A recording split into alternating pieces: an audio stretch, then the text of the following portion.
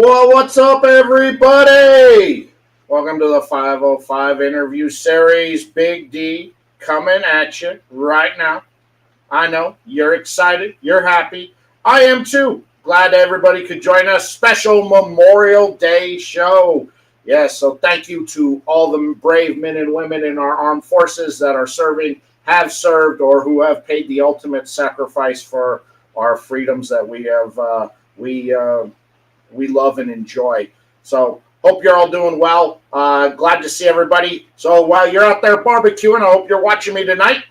Before we get the show started, I want to remind everybody, of course, of, well, partnership I got going on with Select Draw Cigar Cutters. Yes, get your Select Draw, your SDs right there. It acts as just like a regular cigar cutter if you want. Just holes up in the top. Boom, you can smoke it. You don't even have to cut it.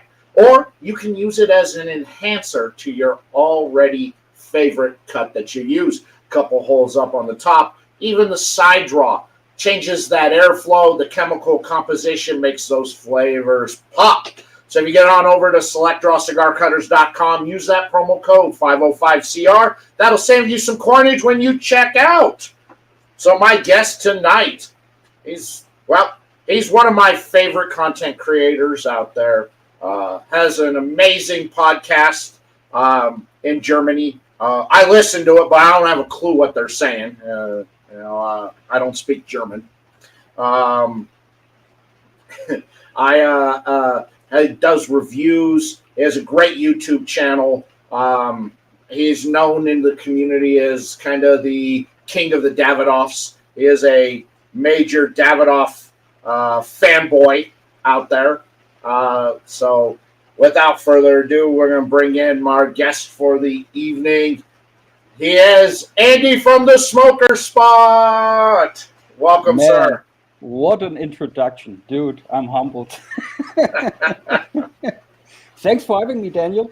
Glad being here. Good evening out there. It's 10 p.m. here in Germany, so it's getting dark. Right time to smoke a good cigar.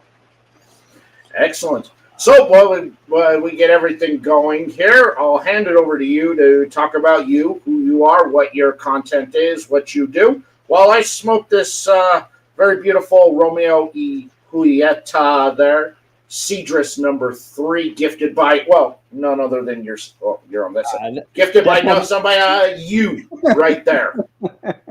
I hope it has a good draw, man. You know how it is with Cubans. We will find out. So Andy, go ahead. Let everybody out there know about you and how they can find you and about your content. Man, since you already said I'm the king of Davidoff, it's of course I'm smoking a Davidoff. One of my favorites. It's the Winston Churchill limited edition 2022. And man, really, I mean, if you're a fan of Davidoff or not, but if you're looking at the Vitola alone, that's a piece of art, isn't it? Oh yeah. It's a gorgeous cigar. I was able to score myself just one. Did you smoke it already? I did. I smoked it. How was it? It was fantastic. Good. I still think the 2021 is better. Yeah, but I did like the 2022. Yeah, that's true. Man, what I'm doing, I'm smoking cigars most of the time, just basically only on YouTube and a little bit here and there on Instagram. Both nicks are Smoker Spot. I don't know for how long I'm doing it now. I think since 2015, something like this, where I really started. And I started with just doing reviews, as you know, because we already know each other for a couple of years, visiting each other. And as I already said, I miss you on YouTube, my friend.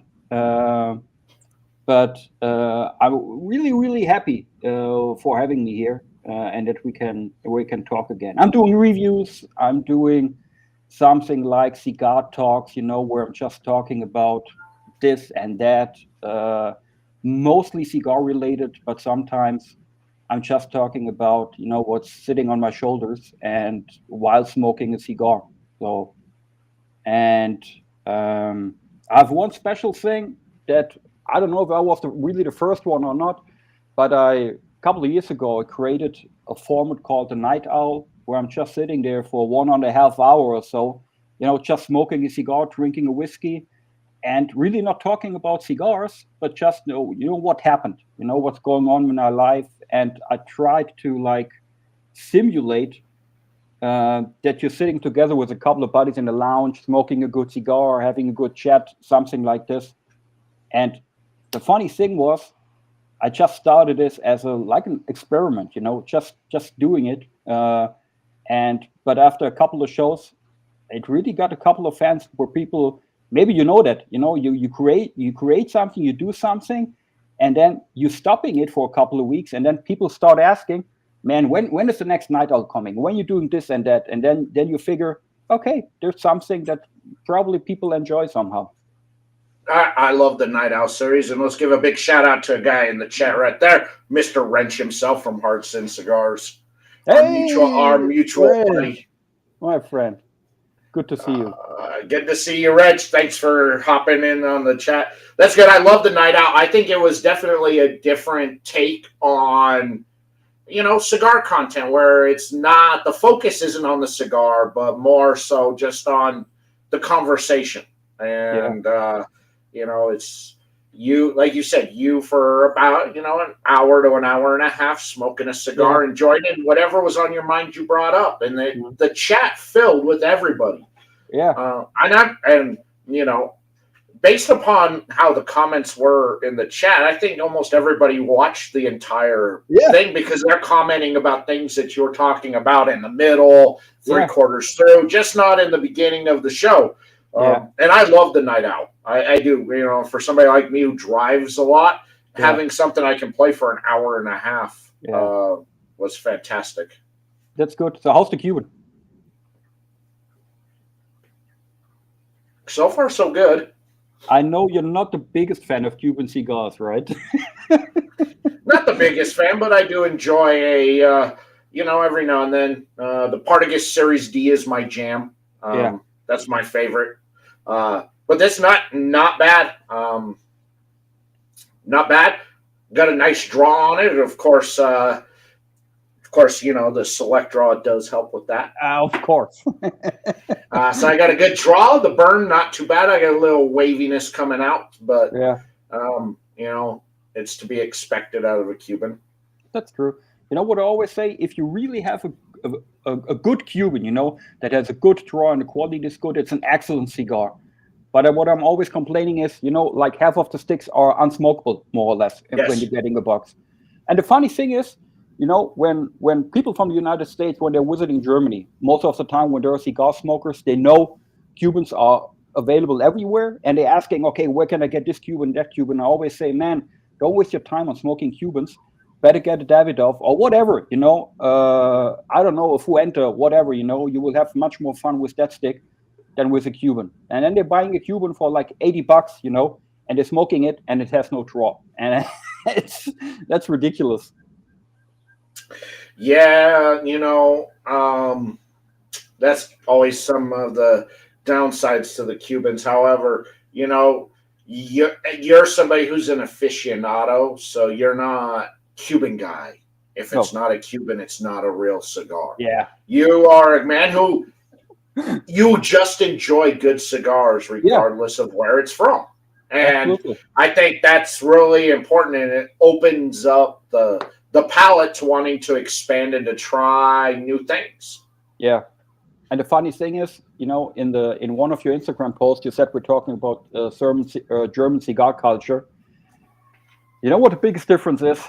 We have a pretty big market of cigars, and especially in Frankfurt, where I'm from, you have a couple of shops, you have a couple of lounges, everything is good, but mostly you can find like the big brands, you find the Cubans, you find Davidoff, you find Fuente, and a couple of others that everybody knows, But the good thing in the United States is, you have like thousands of boutique cigars, that we in Germany never heard of. And I know when back in the days when Ranch and you introduced me to Nomad, for example, right?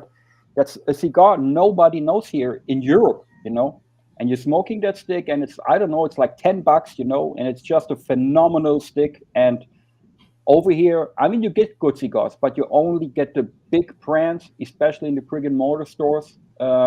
And if you really want to find a boutique cigar, you have to buy it online, or you have to really to ask in the brick and mortar store. Otherwise, you won't get it. Yeah, I talked to a lot of some of these smaller brands that are out there, and they're trying so hard to break into that German market out Yeah, there. I mean, they really want in on it.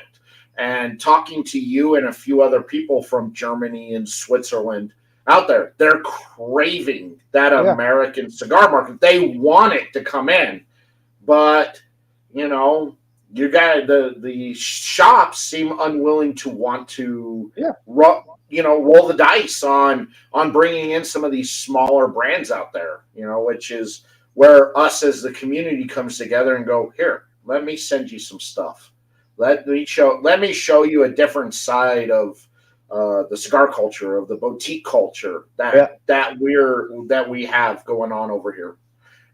You're kind of a little familiar with the American boutique culture, living in America for a little while. yeah, But you were kind of here in between those kind of couple of boutique revolutions that hit. yeah. So they were there, but not as prevalent as it is now. No, no. And the funny thing is, I see it slowly. It's starting. I think like last year, foundation cigars were introduced to Germany. I don't know if you can still say it's a boutique brand. I think they're pretty big for a boutique brand, but compared to all the Davidoffs and Cubans, they're pretty small. And they were introduced, and man, especially around Frankfurt, since I also did a little promotion tour for foundation as soon as the Tabernacle, for example, right? I gave it to everybody. I said, give it a try, smoke it, and see, you will like it. And everybody liked it. And within like 3 months, it was sold out in Germany. And then it took another 6 months until the next cigars were coming from the United States over to Germany. But it's slowly, it's starting. So we will see. I like it. It's there. A few of the smaller brands I talked to made that investment to go over last year to Intertobacco in Germany to try Yeah, and get into that market. And a few of them have said that, sometimes it takes coming out here 2, 3, 4 times before they finally get it hit. But Nick, he did a few of the Intertobaccos, and for years he'd come out and do a German tour through yeah, Germany, hitting all yeah, the shops, just trying to just get a shop to want to take what he had, his yeah. products. And I mean, that's important. And still, for example, it's not longer a boutique brand, but Rocky Patel, I mean, before Corona, he was like every year in Germany, and he had a couple of friends in Frankfurt, and he actually is visiting stores, shaking hands, talking to people.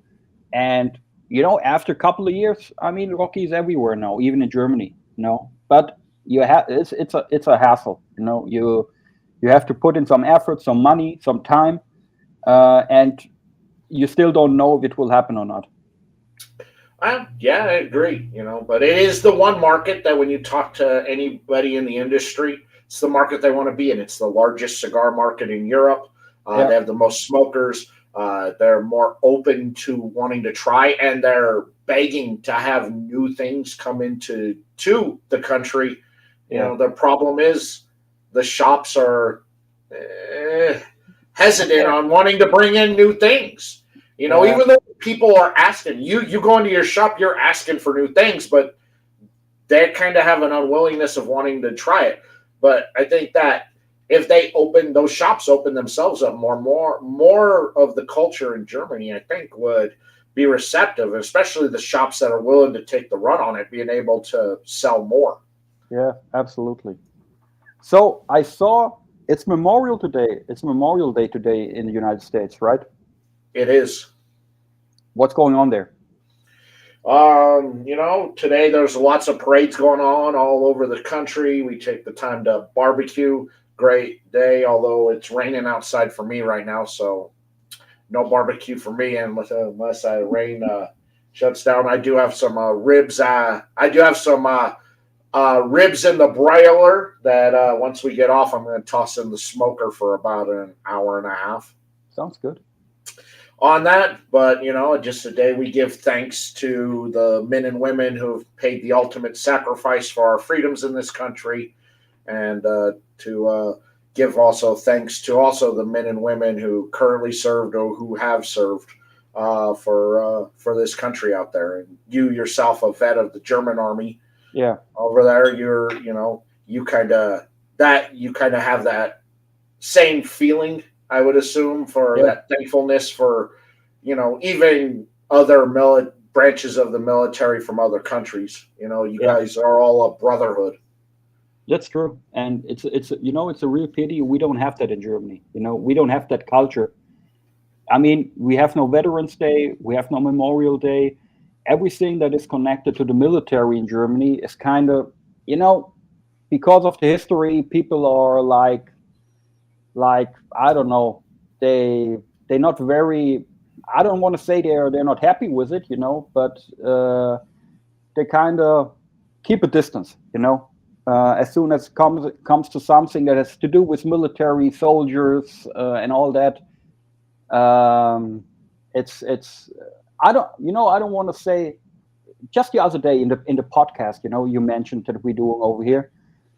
We were talking about that because, and the hook was somehow that my oldest daughter is going to join the German army, and then everything was brought up, and we talked. I think it's a great move, but it's not well respected here in Germany, and that's always a pity, And I always, when I lived in the States, I always enjoyed, having Veterans Day, having Memorial Day, because I think it's a big part of like every country, no matter if it's the United States or Germany or whatever, but we don't have that, and it's a pity. Yeah, it is kind of a shame, but the sense of pride that you're representing your country and that you're willing to sacrifice your life for people you don't know, that you have to continue to keep the life and the freedoms that you have. I mean, that's a big task to ask from anybody, and especially here where you're volunteering that. You're not being told you're going to do it. You're willingly volunteering to sacrifice yourself for the betterment of the country. And I think that, for Americans, at least us, we have a very strong sense of pride for military and for our veterans out there. The government, that's a different story. But the average person out there, it's hard fought to find an average person that does not have respect or love for the military in this country. And I think that we really, we take a lot of things for granted for what these men and women do for us. And so, that every day, look, if you see a soldier anywhere out there any day of the week, you give thanks to them, because they bust their ass for zero respect out there. And they work hard to make sure that we keep our freedom safe. And so thank you, and congrats to your daughter for wanting to make that move into a military career. That's awesome. The funny thing is, I never really talked with her about it, so because I didn't want to like push her into that, and I always wanted that she makes her own decision, and she's 19 now, and it was a real surprise. Like 3 or 4 weeks ago, we were sitting outside, in the garden, talking about this and that, and then she said, "Oh, you know what? I have an appointment here at the recruiting station." I said, "What?" And it was a total surprise, I never thought about that. We were talking briefly about it, so she's asking what I was doing, where I served, this and that, but really not too deep. So that gave me the feeling it's even better that it's coming from herself and not something that I was talking her into, because we have a tradition in the family, military-wise. But I always thought it's good. They should do. I would have been happy with everything she's doing. If she said I want to work at Starbucks, fine, work at Starbucks. If she said I want to work in a bank or whatever, just do it as long as you're happy. But now when she's saying I want to join the army, I said, man, I just said like, yes, that's good. But inside I was like, hell yeah, that's a good decision. Do you guys have the recruiters that go into high schools and colleges over there in Germany like they do here in America? You have not in high school. You have it like we have a different education system. So for the first 4 years over here, you're in the elementary school, and starting with the fifth grade until the 10th or the 12th, no matter. Depends what path you're following. You're in a different school, In the elementary school, there's no recruiters visiting the school. But I think starting with the 8th grade or the 9th, they're coming, but they're not coming into the class. It's like an event, and you can join voluntarily that event if you want to, if you're interested. So they're not coming into class, and kids are not forced to listening to them if they don't want to. But they do it, not as much as they're doing in the United States. I know that, but they're doing it, And we have a problem over here, Not enough soldiers. Especially when you open the country borders up to everybody. Yeah. And the funny thing is, for the last 20 years, or longer. I joined 91, and I spent 4 years, January 91 until December 94. And back in that time, and the whole 90s and the beginning of the 2000s, everybody was saying, man, the military for what? We don't need it. We live in peace for the last, I don't know for how long, for what? Why do we need an army?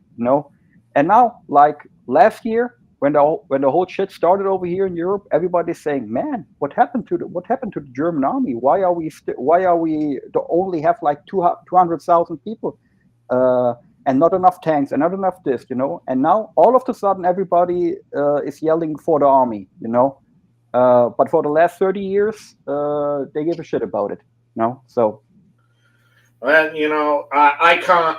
Everybody, as people know, I come from New Mexico, and there is a German Air Force base in New Mexico, conjoined with Holloman Air Force Base down in the middle of the desert. But it's always kind of cool when they take trips, and there's a big, huge bus, and it's the side of the bus. A lot of with the German pride traveling through, New Mexico with and telling you this is the German Air Force on this bus. It's kind of cool. It's kind of cool. Yes. Yeah. I like it. It's cool. It's not something that you see every day, but I think it kind of fits because a lot of German culture seems to have a lot of love for the American Southwest and Native American culture out there. So it kind of fitting that, they do a combined base in New Mexico. Yeah. Great. And I saw in the United States, you even have cigars, like celebrating veterans and all that, right? First I saw it with the Camacho Brotherhood series, where they celebrate like the Marines, the Navy, the Army, and stuff like that. Man, that was awesome. And there's some fantastic brands that are veteran-owned companies out there that do a lot back. Founder Cigar Company out there. Angelo and his team are all vets of our armed forces. Ish, who owns Banff and ROCF Cigars. He's a vet of the Spanish military, of the Spanish Army. Great. Out there. So there's a lot. We have a lot of members of the military, former members of the military, just not in the United States, but from around the world that have make fantastic, amazing cigars out there. So I'm super glad. And for me, Memorial Day is just not for American. It's just not for the American soldiers who have made that ultimate sacrifice. I would consider it to be any and all soldiers who have made that sacrifice, teaming up with America or being allies to America and within their fight, because it just wasn't just so much us and celebrate us. I think it's a time we should celebrate all countries' military and all of our allies' military members, the men and women who have been lost. Yeah, that would be good. What was your favorite cigar lately? I saw your favorite cigars 2022. I only know half of them.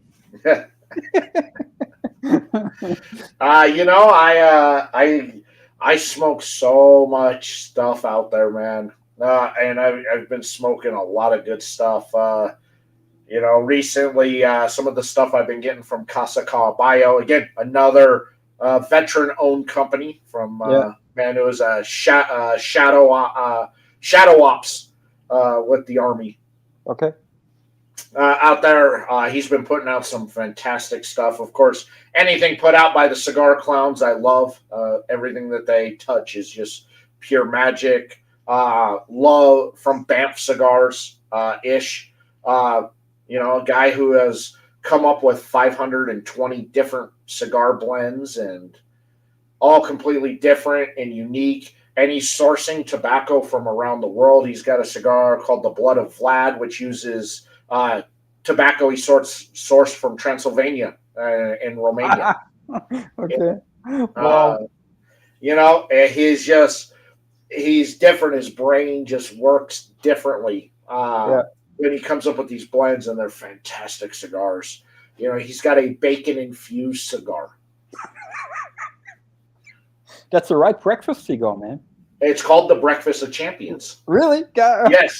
Great. That's the code name. It's if you go on his website, it's listed as the MRE, but it's code name Breakfast of Champions. A good cigar. It's fantastic. It's a fantastic cigar. Very good. I like it a lot. There's so many good sticks I've had recently out there. Sassy Soul Cigars, phenomenal. She's got an Oscuro that just drool bucket worthy out there. Man, that's great. My problem is if I find a cigar that I really like, let's say a new cigar, and I smoke it and I think, wow, that's a really good smoke. I'm just smoking that cigar for the next 3 months, like every day. And then after the 3 months, I think, oh man, steady but slowly, I have enough of that cigar, And then I put it back in the humidor for the next half a year, and then I'm smoking it again. So I don't have that variation. As soon as I find a good cigar, I'm smoking it all the time, I think that's the key to a good cigar, is that you're able and willingness to want to, that you want it and you want it all the time. You just put it out. You finished it and you immediately want to relight another one right away. I think that's a great compliment for a cigar right there. Is that, man, it was so good. I want to smoke another one right now. Yeah, and you're still into that Patron. What was it, the 1964 something or the 1924 or what was it? The 1926 80th. Oh yeah, you're still into that? Padron is still my number one love in my life. But it's not a boutique brand. It's not a boutique brand, but it's about one of the only legacy brands that I smoke. Yeah. And it's damn good, man. It is super good. I was really looking forward to this collaboration cigar from Fuente and Padron that I think was just hype. I don't think it's ever going to be released. Yeah. Tell me a little bit about that, the interview series we're doing right now over here. For how long you're doing it right now? For the last year or so? Yes, so for the last year, I've been doing this. I kind of like to take, I kind of wanted to talk to industry people. I wanted to talk with. I wanted to bring on content creators that I like and showcase them because I don't think they get enough love out Yeah. there, and they put out really great content. And I like to, I just, that's been kind of the idea behind it is let me bring on some of these brands, some of these small brands out there that maybe you've never heard of before and introduce you to a new brand and give them an opportunity to talk about them and their brand and what it is that their brand stands for. And then bring on content creators like you who put out great content. Thank you. But I don't think that you get enough love that you should be getting. You should be bigger than you are. You can, yeah. I mean, we are both working in a niche, right? So, of course, if you're looking at cigar channels, I mean, no matter if it's on YouTube, Rumble, Instagram, whatever, we're not doing fashion or any other kind of shit. It's cigars, and it's kind of limited when it comes to the audience. But what I always think is, I don't know, on YouTube I have now, I don't know, 1,800 subscribers. So it's kind of a joke if you compare it to like all the other channels that have like when we're talking about gaming and this and that, and they have millions and millions of subscribers. The thing is, I don't care, because the people I have over there, it's always honest. I know that are real people, that I'm doing it for. And I always think, as long as it's fun, we all come to a point, and you also doing it for a couple of years now, and we all come to a point where we are tired, let's say, because you're doing too much.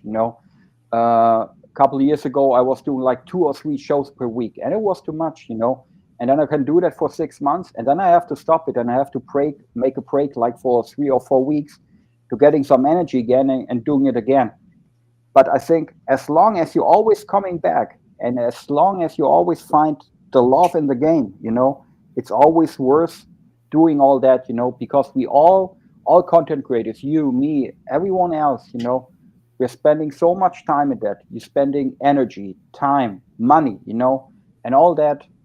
And just for the couple of people who are watching us. And I think when they're enjoying it, it's worth all the hassle. Yeah, I think I enjoyed it. If you recall, I was doing 5 videos a week for a year. I know. Yeah. And it was a lot. And it was a lot, it was probably more than what I should have done. But, I thought getting more out there was better. And one thing I've learned over the last year has been, just what I'm doing now is just as good, if not better, than what I was doing, where I probably should have cut back on the amount of content I was putting out there. Yeah. And you're constantly improving. I mean, are you doing it from time to time that you're watching your old episodes and comparing? I can't do it because it gives me douche chills. I'm just like, oh, this is terrible. This is terrible. Oh my goodness. I know what you mean, but you see, from episode to episode, we're improving, right? We're doing something different. We're changing this. We're changing that. It's always like a tuning of the things we are doing. Well, occasionally, if I've gotten nothing to put out, for a week, I'll go back into the archives and I'll repost over on Rumble old videos. I've posted up there my first, it's like my first 1,000 view video, my 3,000 view video. I'll post some of those up there because I think that those were, even though I can't stand to watch them, I think that they're good. Yeah. In a sense that a lot of people watch those videos, and let me give it an opportunity to repost that up for maybe a newer audience who have just found me, to be able to go back, look back here. Here's a video from December of 2020. Ooh. I can't watch it, but you enjoy it. Yeah. I know what you mean. Yeah. But Bad. any benchmarks in the past that you're really proud of? You know, I like, my second most watched video out there. I'm like, I was proud of that because one, when you get 1,000 views on a video, that's pretty impressive. Yeah. But to get 4,000 views on a video is even more impressive. And the fact that I really never got close to that. Yeah. I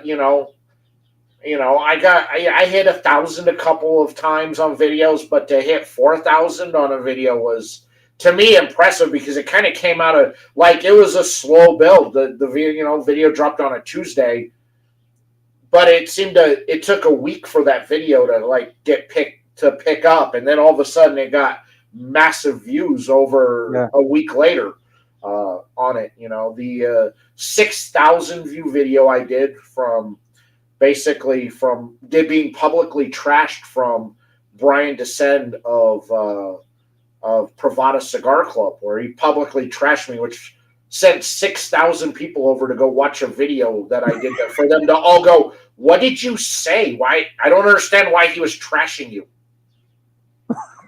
And what did you say? I said I didn't like the cigar wasn't for me. I said it's a good. I go, this is a good stick.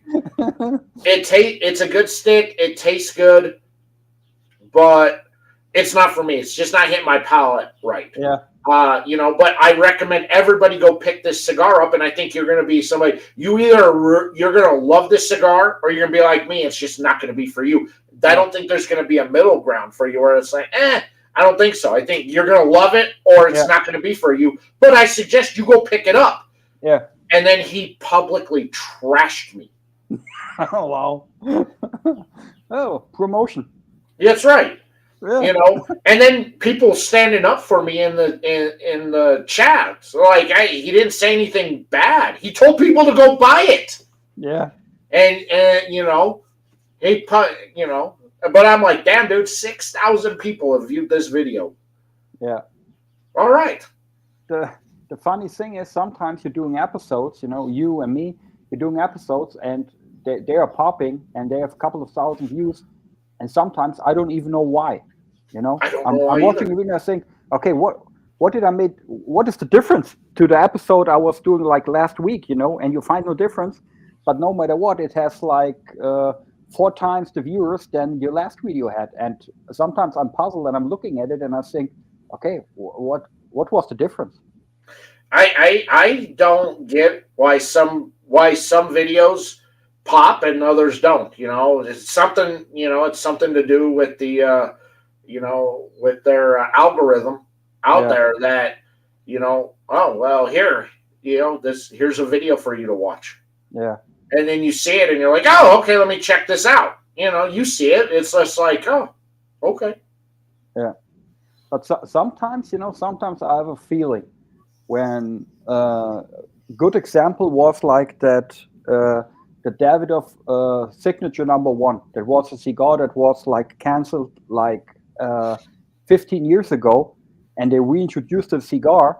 And as soon as Davidoff made the press release that they're bringing out the number 1 again, like the next week, I got like 10 messages from different people on Instagram, on my email account, whatever, and asking, man, when you are going to get the new number 1 and you're making a review? And I said, man, it's not on the market now, But as it was coming out and I was recording the review and bring it online, I had a feeling that this will pop, and it popped, So for this one, I had a good explanation. But on the other hand, my most popular video is the humidor tour from like 2.5 years ago, And all I'm doing is I'm showing my humidor and I'm showing a couple of cigars and talking about this and that, I thought it was not very exciting, but it's the most popular video, and I don't get it. But that's what people want to see. People want to see, one, what kind of humidor you have, two, what your setup is, and then they want to see some of the more unique or rarer sticks that you have in your collection. Yeah. People are interested by that. Because I've noticed that since about March, April, April-ish last year, nobody's really watching review stuff anymore. It's just kind of like they're over it. It's done. What I do see is that people like unboxing videos. They like to see what you get for your monthly cigar club. If you're part of one, people like unboxing videos. People like seeing stuff on accessories. But people are not big on. People just aren't big on wanting to see review stuff, and I just, I quit doing reviews. I tried. I went over to Rumble. I was doing the same posting schedule, but when you're going from 500 to 1,000 views a video to 30, it just it's just no longer worth it anymore. Yeah. It's just like I'm not doing this anymore. Nobody's watching this stuff. Yeah. It's we had a lot of this. You mentioned we're doing the German podcast over here in Germany, right? And the good thing is we're the only one. That's the only cigar podcast that exists in Germany. So there's no one else that you can compare with. But the good thing is sometimes I'm talking about specific things on YouTube on the Smoker Spot, in English, and then I see, oh man, I see that catch some attention. It's popping, whatever. It's interesting, and then I transferred to the podcast, and we're talking about the same thing just in German, And of course, because we are three people, it's another dynamic, Because usually, as you know, I'm just talking alone about a cigar, this and that, and no one else, And so all of a sudden there are two other people in there, and of course you have a different vibe. There's a different dynamic in there, and you're talking about things differently. And lately we were talking about that YouTube Rumble thing, and people that get suspended on YouTube and all that. And you could watch that circle. It's getting closer. You're getting suspended, or you're getting like a red flag for an episode that was like, it's already 1 year old, and all of a sudden YouTube sends you a message and saying, man, what you did over there, that was not okay, and you're getting a strike, and there's no reason, there's no one you can talk about it, That's right, and they can even give you a strike on a video you've deleted. Really? Yes. If you delete the video, they can still give you a strike on it. The thing I've noticed about YouTube, they don't care about live content. They only care about the pre-recorded content. Yeah. I couldn't do anything advertiser based on a pre-recorded video. That would get taken down. Yeah. But on a live, I can sit here and talk about advertisers all day long. They don't care. That makes no sense at all, man. It makes no sense, but they don't care about lives. They leave the live stuff alone. They seem to also leave the shorts alone too. So, whatever, man. That's fine. I mean, you suspended me for 30 days because of advertising. So, yeah. And sometimes it's strange what they saying, what is advertising and what not.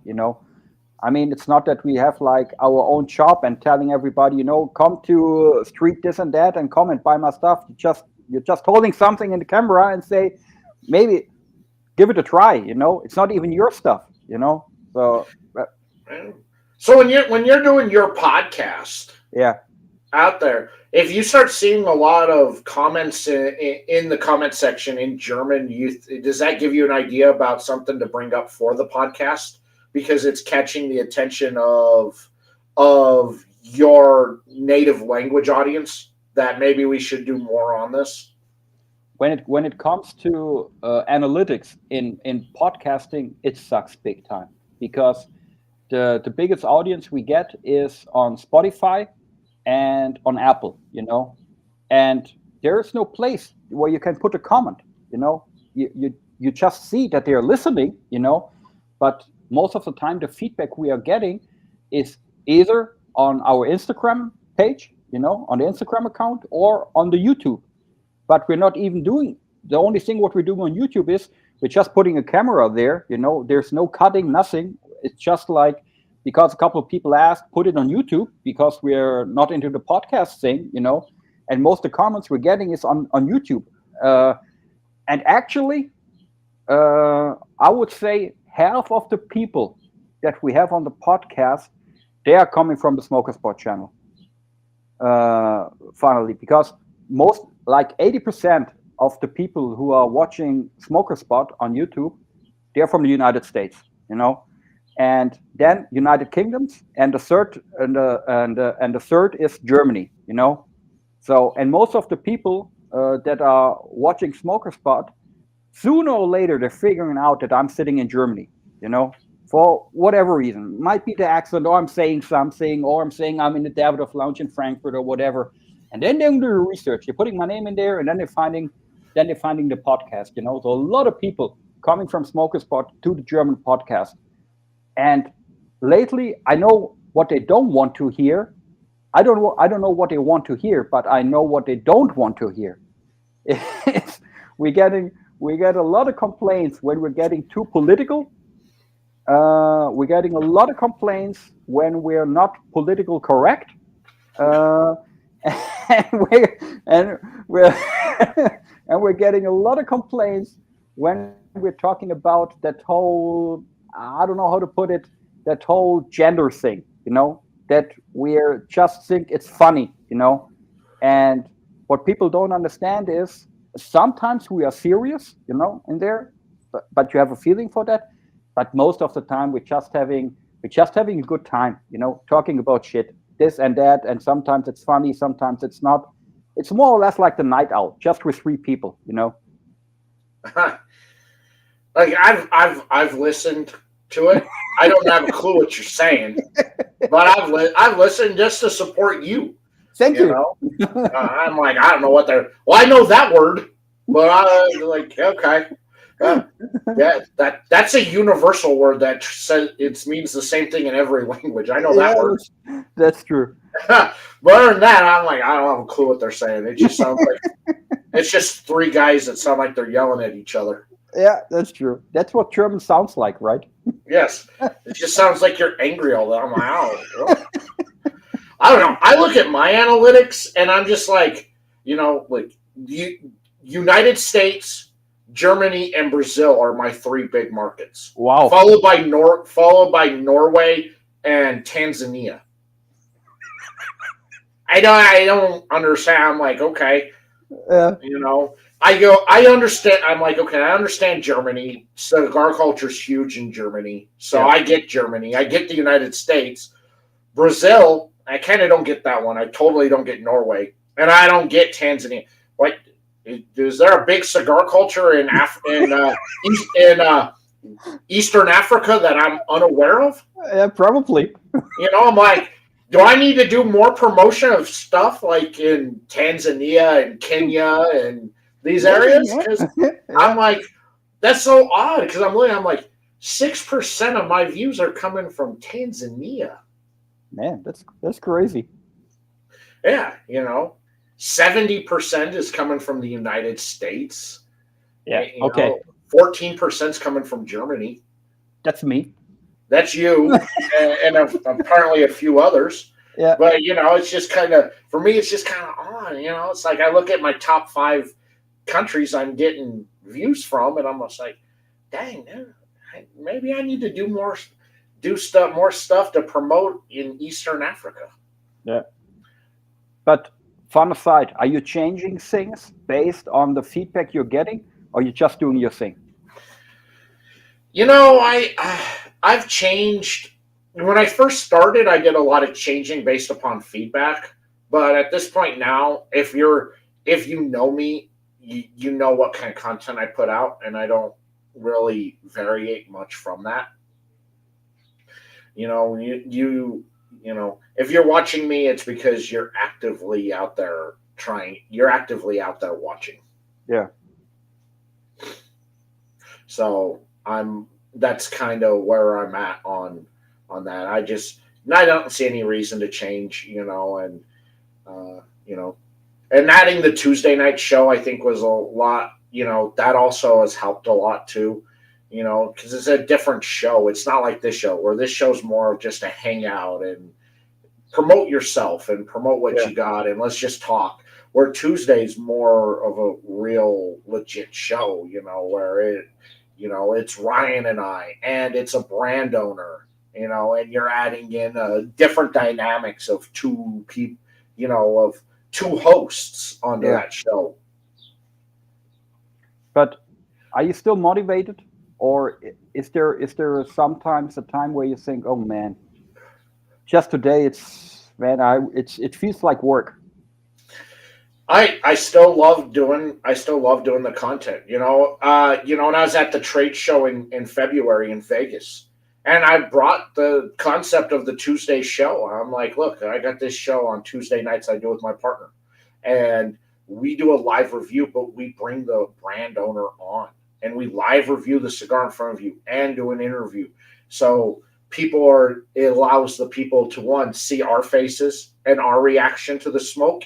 They get to see your faces. The people can actually ask you guys questions directly in the chat.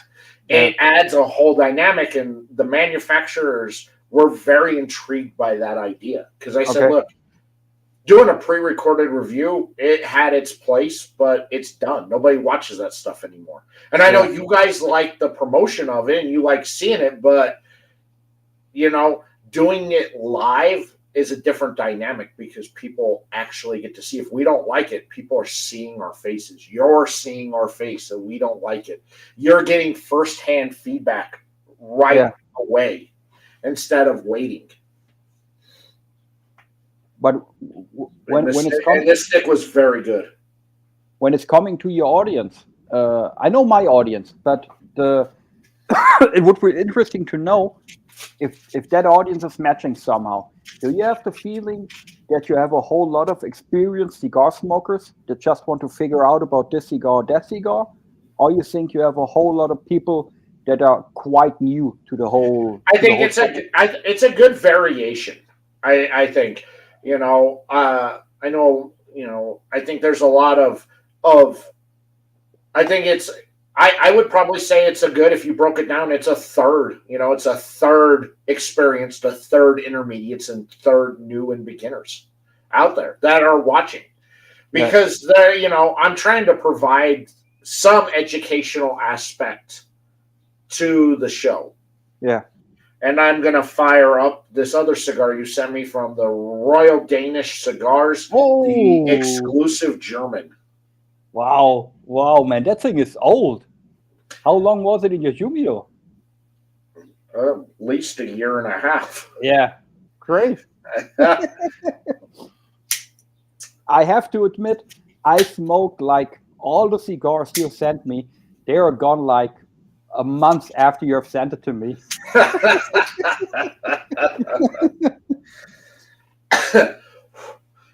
I'm good. I tried to send you some good, different, unique cigars out there that you did, man. I know stuff that you probably never ever make it to Europe. Yeah. Like, for example, the cigar clowns you're talking the whole time about, no one knows it over here, and it's nowhere to be seen. And from time to time, when I'm ordering cigars from the United States, I have one of these mail forwarding addresses. They're sending it over there, and then they're sending it to Germany. But the customs over here in Germany, dude, they are giving you a hard time. As soon as as they think the value of the stuff that it's in the package is more than 150 euros, they giving you a hard time. They say, hey, show me the bill. What is this? What is that? And you spend like an hour at the customs and trying to explain what it is, And they're actively searching it up, You're giving them a name, and then they're looking in the cigar stores and looking what the cigar costs like, just that they can charge you extra customs for the shit. That is why I send you art supplies, sir. Yeah. Very smart. because nobody's searching art supplies. It's art supplies, and they're a bunch of brushes, and it's worth $20. Yeah. And if they want to run it through an X-ray machine, I package them so it looks like you're getting brushes. Yeah. That's true. Yes. I've had no issue sending cigars around the world except to India, the UAE, and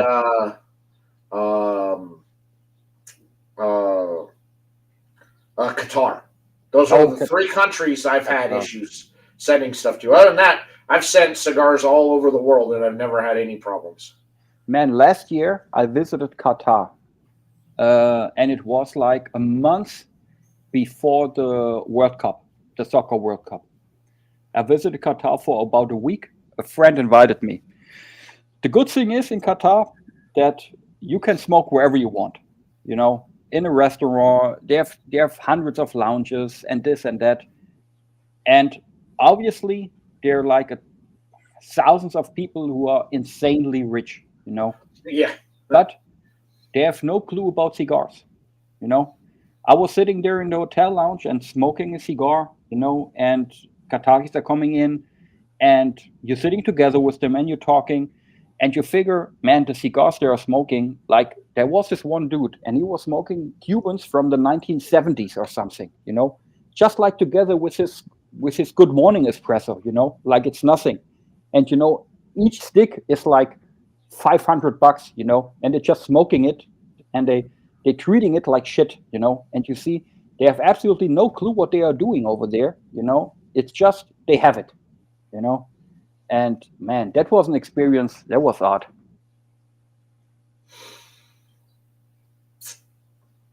Yeah, you know, it's you know, the cultures are different everywhere that you go around the world, and Yeah. that's for, you know, and that's for sure. You know, yeah, you know, I think the Middle East, they have so much money Yeah. that, but from what you know, especially the thing that I have picked up is that in China and the Middle East, it's all about status. It's all about clout. It's status. Yeah. I have something super expensive you don't have, and Yeah. I'm smoking something you can't afford to smoke or Yeah. you can't get. For them, it's all about clout. But I think that, you know, in the U.S. culture, and I think even the German culture, it's not so much about clout. No. It's because we're more inclined to want to share. If we pick up something and it's good, we're sharing. Man, have you tried this? Yeah. No, I haven't. Oh, you got to pick it up. Oh, it's sold out. Let me send you one. But I want to get your take, because we're more about wanting to share and understand other people's perspective on what they thought on something that you think is good. Yeah. Where in China and the Middle East, it's all about clout. I have it, you don't.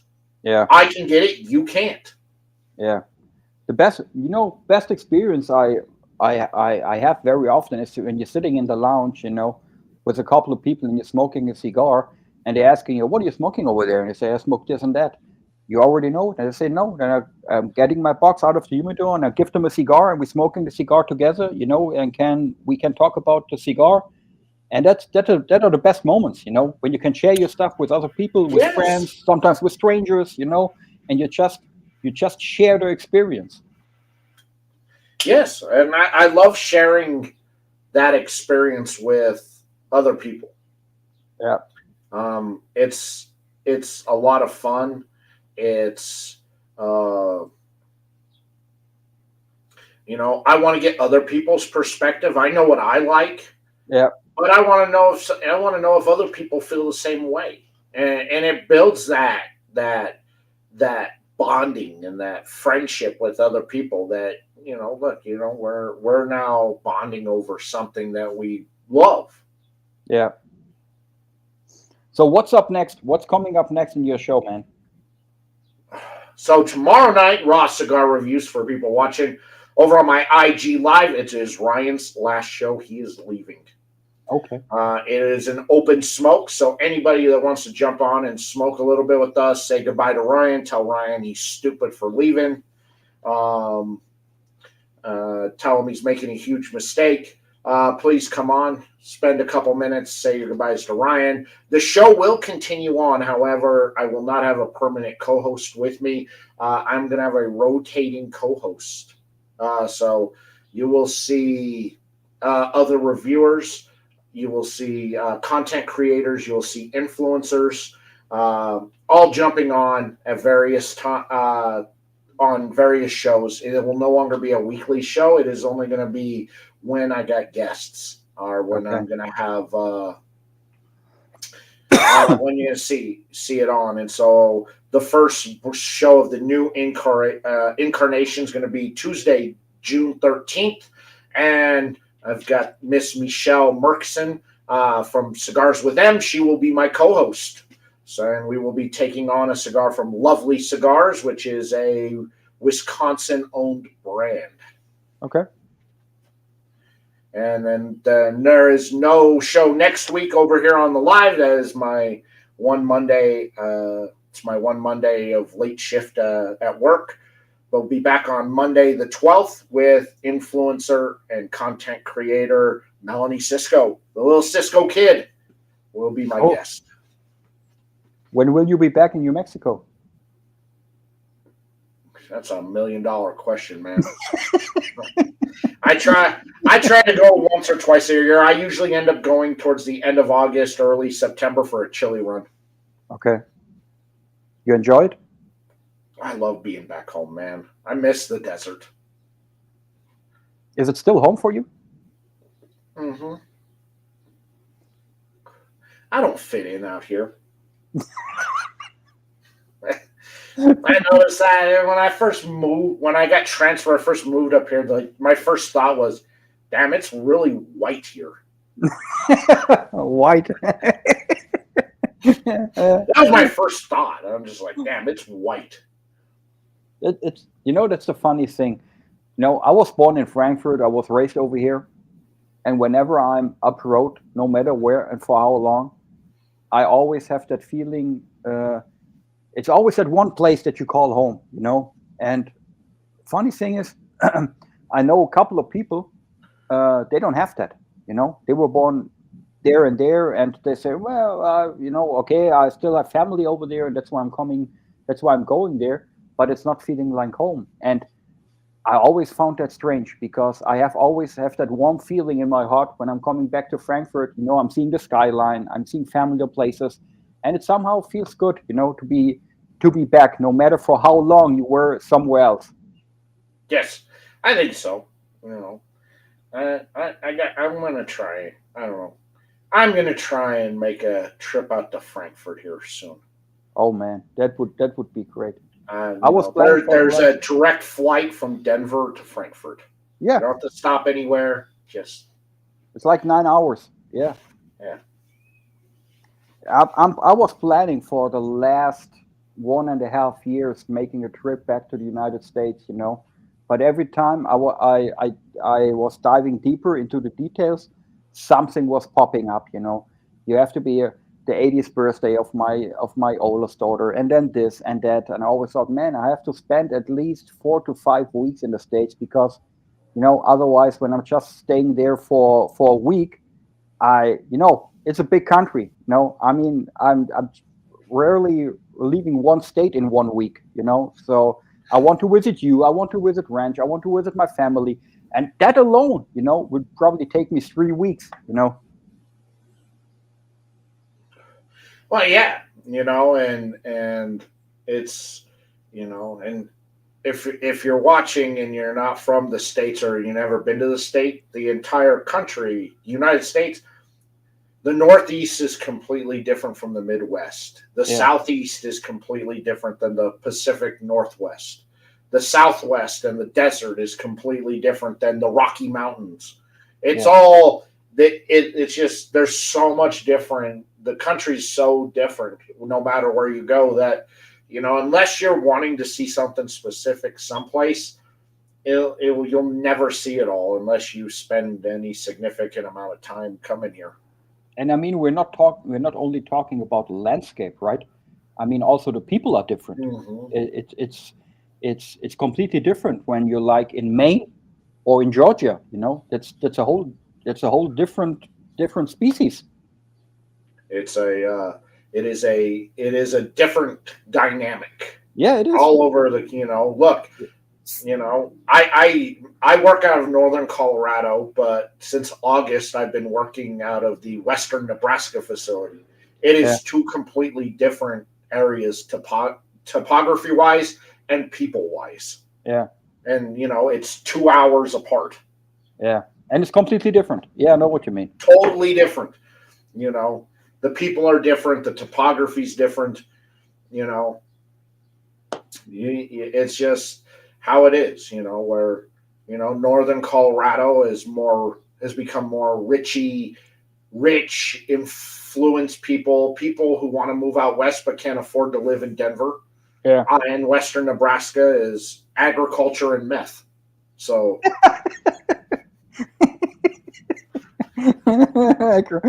Breaking Bad.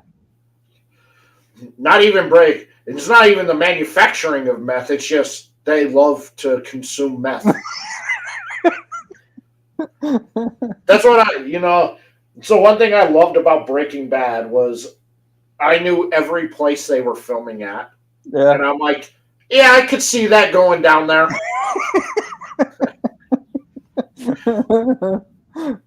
I could see that. Yeah, I love that show. It showcased my state very well. Poor, drugs. Oh, Jesus Christ! The only thing I've never seen are like white racist bikers. I've never seen that there. Okay. You got the Mexican bike gangs, so Yeah. different than how they portrayed it. Best place to smoke cigars in the United States, man. My lounge right here. Of course. Everybody's talking about Vegas. I was in It's Vegas so expensive. Yes, I was there like 20 years ago. Okay, I never had much fun in gambling and stuff, but you have to visit it at least once to see what's going on over there. And what I figured, as you said, it's damn expensive. There are a whole lot of places where you can smoke and enjoy different. Okay. Look at how oily this stick is. Yeah. How does it taste? It's very good. Good. Yeah, it's super expensive, and a lot of the casinos have banned smoking, so you can't smoke a cigar while you just sit at a slot machine, and play the penny slots and get free drinks. They've banned that. The cost is outrageous, But there are some great lounges in Vegas. Tap and Ash is amazing. The vibe is amazing. The people's amazing. They've got a great humidor. It's not filled with fan favorites, but they also cater to the small batch and boutique crowd there. It is one of my favorite places to go in Vegas. Okay, good to know. And they make a good drink. Well, at least. Very good, man. My cigar's finished. Well, almost finished.